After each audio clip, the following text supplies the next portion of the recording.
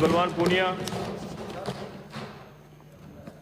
सभापति महोदय, मांग संख्या 30 और 33 पर बोलने का आपने मौका दिया, आपका बहुत बहुत धन्यवाद। मैं आज इस अवसर पर हमारे पूर्व दिवंगत मंत्री मास्टर भंवरलाल जी को याद करूंगा, जो पिछली बार सारे दिन सदन में बैठे थे और इस मुद्दे पर जब लोग बोल रहे थे तो उनको बड़ी ध्यान से सुन रहे थे और बड़ा जोरदार जवाब उन्होंने दिया। सभापति महोदय, देश गुलाम था, पहले राजाओं का फिर अंग्रेजों का। देश में आज़ादी आई, बाबा साहब भीमराव अंबेडकर के नेतृत्व में संविधान बना। संविधान में स्पष्ट लिखा गया कि हम भारत के लोग इस देश के लोकतांत्रिक, धर्मनिरपेक्ष, समाजवादी गणतंत्र की रक्षा करेंगे। उसके समस्त नागरिकों को सामाजिक, आर्थिक, राजनीतिक न्याय, विचार, अभिव्यक्ति, विश्वास, धर्म और उपासना की स्वतंत्रता, प्रतिष्ठा और अवसर की समता प्राप्त करने के लिए उन सब में व्यक्ति की गरिमा और राष्ट्र की एकता और अखंडता सुनिश्चित करने वाली बंधुता बढ़ाने के लिए दृढ़ संकल्प होकर के संविधान को स्वीकार करते हैं। सभापति महोदय, बात जब स्पेशली इस बात पर आई कि अनुसूचित जनजाति के विकास और सामाजिक कल्याण की आई, तो स्वाभाविक बात है कि 70 साल में बहुत कुछ हुआ भी है, हम इस बात से इनकार नहीं कर सकते। जब आज़ादी नहीं थी, समाज जाहिल था, बेकारी, बेरोजगारी, अशिक्षा, सारी चीजें थी।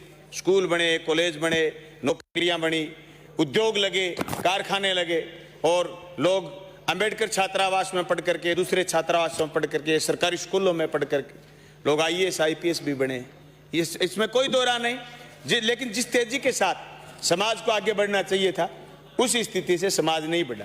मैंने पिछले सत्र में 2019 में इस बात की चर्चा की थी कि अनुसूचित क्षेत्र में, अनुसूचित जनजाति के क्षेत्र में शिशु मृत्यु दर, मातृ मृत्यु दर, कुपोषण की मात्रा, शिशुओं और माताओं की स्वास्थ्य संबंधी कुछ वैज्ञानिक शोध सामग्री सदन के पटल पर रखी थी। मैं आज फिर आपका ध्यान स्पेशल एक सहरिया जाति की तरफ करना चाहूंगा।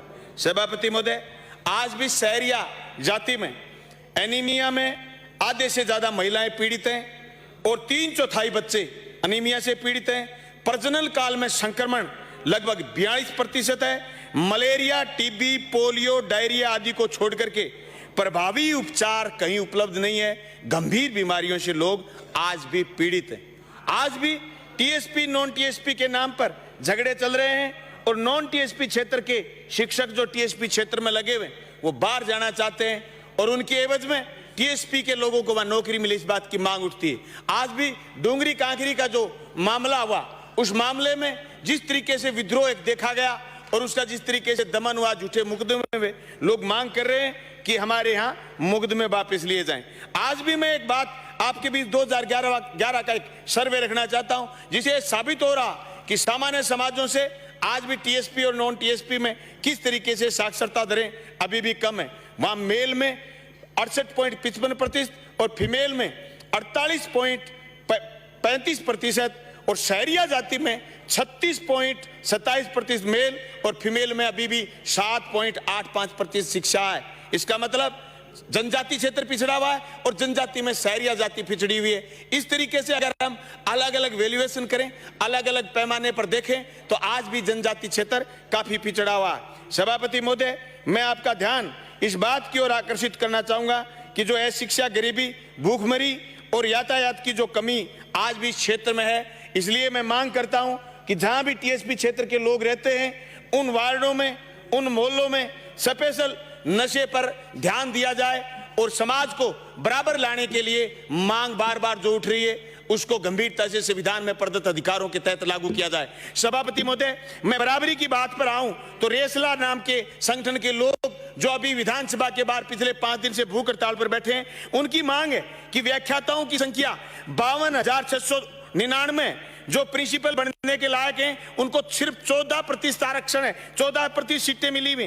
प्राध्यापक की जो कि 3650 है, उनको 120% मौके मिले हुए। यानी वो इस बात की मांग पिछले 5 दिन से राजस्थान सरकार से कर रहे हैं। मेरे एक पत्र के जवाब में सरकार ने 20/7/2000 2020 को उत्तर दिया था कि 80-20 के रेशो से हम इसका समाधान करेंगे, लेकिन पत्रावली आज भी लंबित है और पूरे प्रदेश के 55,000 जो लेक्चरर हैं, व्याख्याता हैं, स्कूल व्याख्याता, वो हड़ताल पर हैं। मैं सवाल इसलिए उठा रहा हूं इस मसले पर कि बराबरी की बात की जब हम बात करें तो आज भी हम उसको गंभीरता से लागू नहीं कर पा रहे हैं। संविधान की व्याख्या की जब बात आ जाती है तो मैं एक बात आपके बीच में निवेदन करना चाहूंगा। एससी की महिला हमारे यहां शादी करके आ गई, ओबीसी की महिला हमारे यहां शादी करके आ गई, सभापति महोदय आज भी उनको यहां आरक्षण नहीं है।